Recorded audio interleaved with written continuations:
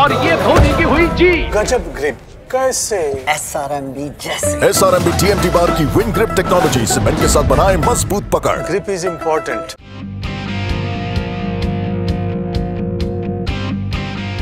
আসন্ন সন্তোষ ট্রফিতে বাংলা দলের কোচ সঞ্জয় সেনের সহকারী কোচ হিসাবে বেছে নেওয়া হলো সৌরিন দত্তকে। গোলকিপার কোচ হলেন অর্পণ দে। ফিজিও করা হয়েছে ভাস্কর সেনগুপ্তকে। অন্যদিকে সিনিয়র মহিলা জাতীয় ফুটবলে সুজাতা করের সহকারী কোচ হিসাবে বেছে নেওয়া হলো নাওশাবা আলমকে। গোলকিপার কোচ হলেন সংগ্রাম মুখার্জি। ফিজিও হলেন অলোকা পাসওয়ান। মঙ্গলবার কোচেস কমিটির বৈঠকে এই সিদ্ধান্ত নেওয়া হয়েছে। বৈঠকে কোচেস কমিটির সদস্যরা ছাড়াও উপস্থিত ছিলেন আইএফএ সচিব অনির্বাণ দত্ত, সহসভাপতি দিলীপ নারায়ণ সাহা, সৌরভ পাল, সহসভাপতি রাকেশ ঝা, মোহাম্মদ জামাল, সুদেষ্ণা মুখার্জিরা। বাংলার পুরুষ দলের ট্রায়াল শুরু হতে পারে আগামী 12 বা 13 অক্টোবর। অন্যদিকে মহিলা দলের ট্রায়াল শুরু হবে আগামী 3রা অক্টোবর থেকে। তবে আপাতত পুরুষ দলের জন্য কোনো আবাসিক শিবিরের আয়োজন করা হচ্ছে না। তবে মহিলা দলের জন্য ট্রায়ালের পর কোচ সুজাতা কর যে সমস্ত খেলোয়াড়দের মূল দলে বেছে নেবেন তাদের নিয়ে আবাসিক শিবির হবে নদিয়া জেলায়। পুরুষদের সন্তোষ ট্রফি শুরু হবে নভেম্বর মাসে। এই প্রসঙ্গে প্রাক্তন ফুটবলার তথা আইএফএর কোচেস কমিটির সদস্য অলোক মুখার্জি, বাংলার পুরুষ দলের কোচ সঞ্জয় সেন, কোচেস কমিটির সদস্য তথা প্রাক্তন ফুটবলার দীপেন্দু বিশ্বাস জানান, মেয়েদের কোচ সুজাতা ওর মতো যাকে বলেছে তাকেই দেওয়া হয়েছে। আমাদের সেক্রেটারি ও আমরাও রাজি হয়েছি এবং সঞ্জয়ের মতো অ্যাসিস্ট্যান্ট কোচ আজকে তো এইটাই বাঁচার। তারপর ফিজিও যাকে নেবে তারা সবাই রাজি হয়েছে, সুতরাং কোনো অসুবিধে কিছু হয়নি। দল গঠন ওরা ট্রায়ালে ডাকছে পুজোর পর। সঞ্জয় মনে হয় 13 তারিখ নামবে আর সুজাতা এর মধ্যেই নেমে যাবে। ওরা যে কোনো মাঠ পেলে নদিয়া বা কোথাও একটা মাঠের ব্যবস্থা করছে আমাদের অনির্বাণ। দেখা যাক, আমার মনে হয় কোনো অসুবিধা হবে না, কারণ সুজাতা তো ভালো লেভেলের কোচ, তো ভালো করেওছি। সুতরাং ও আমি দেখলাম খুব সিরিয়াসও আছে মেয়েটা এবং পার্সোনালিটি আছে ভালো, কারণ কোচের যেটা দরকার সেটা সুজাতার আছে। আমার মনে হয় ভালো কিছু এরা করবে। এখনও সন্তোষ ট্রফি কবে হবে সেটা তো বলিনি, সুতরাং নেমে যাচ্ছে। আশা করি 1 মাস তো পাবেই টাইম, মানে 1 মাস না পাক 25-26 দিন সঞ্জয় পাবে। সুজাতা কতদিন পাবে জানি না, মেয়েদেরটা কবে, কেন এখনও টেন্টেটিভ ডেট আসেনি যে কবে মেয়েদেরটা হচ্ছে কবে ছেলেদেরটা হচ্ছে।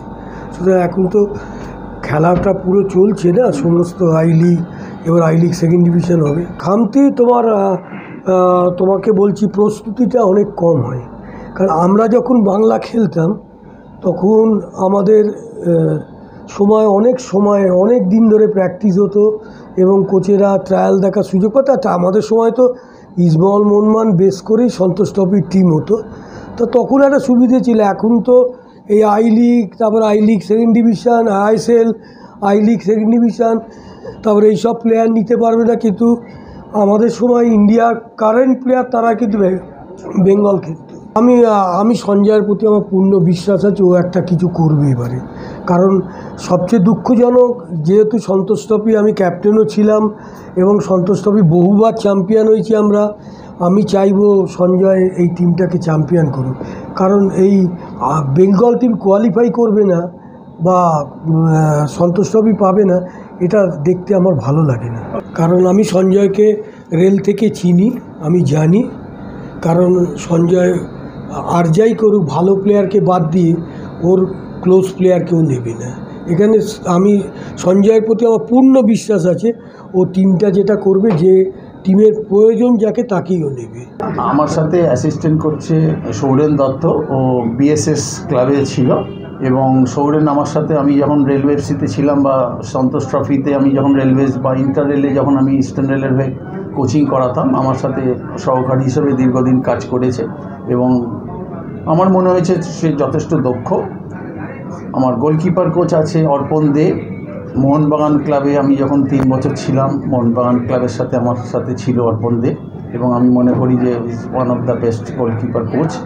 এবং ফিজিও আমার সাথে থাকবে হলো ভাস্কর সেনগুপ্ত, সেও আমার সাথে ছিল। আমরা যখন সেকেন্ড ডিভিশন আই লিগ জিতি মোহামেডানের সাথে এবং আমরা যখন আইএফএ শিল্ড জিতি মোহামেডানটির দলের হয়ে, তখন ভাস্কর আমাদের সাথে ছিল। এবং লাস্ট অবধি 22-23 সিজনে, 21-22 সিজনে আমাদের এটিকে সাথেও ও ছিল আমার সাথে। তো এই হলো আমার সাপোর্ট স্টাফ এবং ম্যানেজার তো আইএফএর পার্ট, আইএফএ, এবং তার সাথে আমাদের সাথে দীপেন্দ্রও থাকবে আমাদের একটা, ও জাস্ট আমার আন্ডারে খেলেওছে এবং আমরা খুব ভালো একটা ওর থেকেও ভালো ফিডব্যাক পাবো, কারণ কলকাতা লিগটাও দেখেছে, ছিল টিমের সাথে। তো এটা একটা আমাদের দল হিসেবে আমরা কাজ করব এবং বাদবাকি যা কথা বলার সেটা টুর্নামেন্টের পরে বলাই ভালো, এর থেকে বেশি বাড়তি আমি চাই না।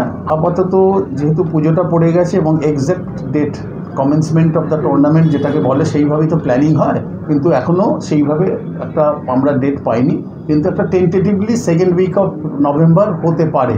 তো সেইটা আন্দাজ করে আমরা ঠিক দুর্গাপুজো 12 তারিখে শেষ হয়ে 13 তারিখ থেকে আমরা একটা সিলেকশন ট্রায়াল করব 3-4 দিনের জন্য, যেখান থেকে আমরা একটা গ্রুপ অফ প্লেয়ার বাছবো, তারপরে আমরা কন্টিনিউস প্র্যাকটিস করব স্কোয়াড নিয়ে।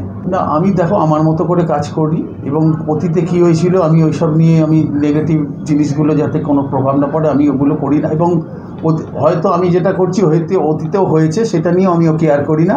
আমি আমার মতো করে দল একটা নিজে আমি খেলা দেখেছি যতটা পেরেছি, 90% অফ কলকাতা ফুটবল লিগ আমি ঘরে বসে দেখেছি, এবং প্লেয়ার সিলেকশন আমার যেরকম স্কাউটিং আমার অভ্যাস, আমি প্লেয়ার 35-40টা প্লেয়ার আমার চোখে পড়েছে এরাম, এবং আমরা তো যখন সিলেকশন এই যে যখন ট্রায়ালটা ডাকবো প্রত্যেক ক্লাব থেকে 2টো করে প্লেয়ার অন্তত মিনিমাম আমরা চাইবো, তাদের বেস্ট পসিবল মানে তাদের কাছে যারা ভালো প্লেয়ার আছে সেইভাবে আমরা করব, এবং এর মধ্যে হয়তো অনেক প্লেয়ার যেটা আমরা বেছেছি বা বাছবো তারা হয়তো নাও পেতে পারি, যেহেতু সেকেন্ড ডিভিশন আই লিগ বা অন্যান্য এতে চলে যেতে পারে বা অন্যান্য ইন্টারস্টেট ট্রান্সফারে চলে যেতে পারে, কিন্তু আমার মনে হয় যে সব ছেলেগুলো কলকাতায় খেলেছে তাদের মধ্যে থেকে, এবং ডিস্ট্রিক্টেও কিছু ছেলে নিশ্চয়ই আশা করি আছে, তাদের মধ্যে থেকে একটা লড়াই করার মতো দল আমরা নিশ্চয়ই প্রিপেয়ার করতে পারবো, যারা কি না বাংলার ওই ভালো খেলবে এইটা আশা রাখি। এখন থেকে কিছু বলতে পারছি না আনটিল আনলেস আমরা স্কোয়াডটা তৈরি করতে পারি। আমি তাকিয়ে আছি ঈশ্বরের দিকে, তো সুতরাং কেউ না কেউ তো কোনো দিকে তাকায়, মৃদুল্লার দিকে তাকিয়ে মৃদুল্লার থেকে ইন্সপিরেশন নিয়ে আমি করব, এবং আমাদের অতীতে বাংলার যে গর্ব তখনকার সাথে এখনকার তো তুলনা করলে চলবে না। তখন ইস্টবেঙ্গল মোহামেডানের যত খেলোয়াড়, যত আউটস্টেশন প্লেয়ার তারা খেলতো সন্তোষ ট্রফিতে, সুতরাং তাদের সেই সময়ের সাথে এখনকার দিনের সময় বিচার করলে চলবে না। এখন আই লিগ খেলা প্লেয়ার, আইএসএল খেলা প্লেয়ার তারা সন্তোষ ট্রফিতে পার্টিসিপেট করতে পারে না। তো সুতরাং অনেক কিছু আছে যেগুলো ভাবতে হবে, এবং আমরা চেষ্টা করব যাতে আমরা ভালো রেজাল্ট করতে পারি। রেজাল্ট ইজ নট গ্যারেন্টেড, এটা কেউ অ্যালেক্স ফার্গুসন বলো, পেপ গুয়ার্ডিওলা বলো, কেউ এসে বলতে পারবে না হ্যাঁ আমি এই টিমটাকে চ্যাম্পিয়ন করে দিতে পারবো, কিন্তু আমাদের প্রচেষ্টা থাকবে যাতে আমরা ভালো ফল করতে পারি এবং আমাদের লস্ট গ্লোরি সেটাকে রিগেন করতে পারি। না দেখো, এবার 24 ঘন্টায় খেলা দেখিয়েছি, সারা বাংলার লোক খেলা দেখেছে, যেরকম সবাই খেলা দেখেছে, আমাদের অলোক দা, নাসির দা থেকে শুরু করে আমাদের যারা কোচিং কমিটিতে আছে সবাই খেলা দেখেছে, জামশেদ দা, আর তার সাথে সঞ্জয় দা তো একজন সফল কোচ, যাকে আশা করি একজনের প্রতি আস্থা রাখা যায়, যেখানে আমার মনে হয় বাংলা ভালো করবে। আমাকে জয়দা এবং কমিটি বললো যে তুমি সব লিগের খেলা দেখেছো, তো যে প্লেয়ার সিলেকশনের সময় আমরা যারা ভালো খেলেছে বলবো, অনেক প্লেয়াররা ভালো খেলেছে লিগে, আর শুধু সুপার 6 না, তার আগেও অনেকে ভালো খেলেছে, সেই দিকটা নজর দিতে হবে, দিয়ে প্রথমে একটা সবাইকে দেখা হবে, তারপরে একটা ফাইনাল টিম করা ঠিক হয়ে যাবে, হবে কেন, মোহামেডান তো এমন একটা পরপর ম্যাচ, 5 তারিখ ম্যাচ, তারপরে আবার কিছুদিন রেস্ট, আবার ম্যাচ, সে তো তার সাথে সঞ্জয় দা একটা ডেট দিয়েছে পুজোর পরেই প্র্যাকটিস শুরু হবে, তো সেখানে যাব, অসুবিধা নেই। সকালে আমরা চেষ্টা করছি সল্টলেক বা আশেপাশে কোনো মাঠে প্র্যাকটিস করব। অন্যদিকে সিনিয়র মহিলা জাতীয় ফুটবল প্রতিযোগিতা শুরু হতে পারে আগামী অক্টোবর মাসের শেষের দিকে।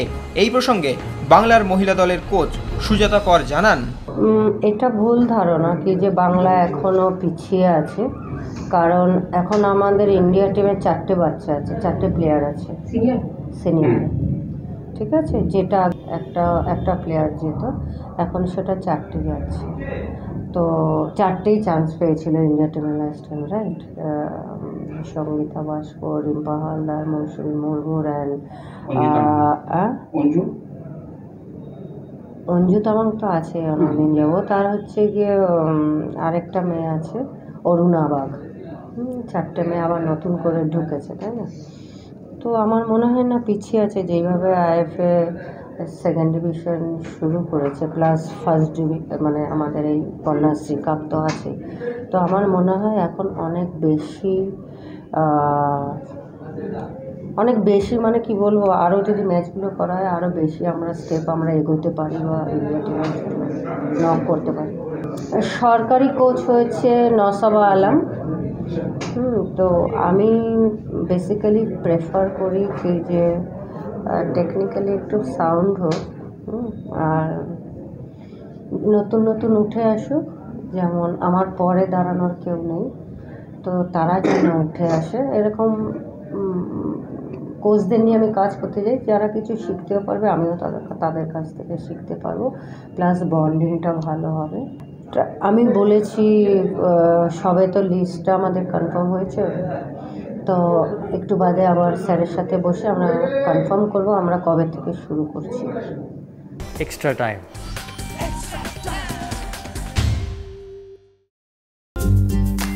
লেটেস্ট নিউজ আর এক্সক্লুসিভ ভিডিওর সঙ্গে আপডেট থাকতে এখনই সাবস্ক্রাইব করুন আমাদের ইউটিউব চ্যানেল। বেল আইকনে ক্লিক করতে ভুলবেন না যেন।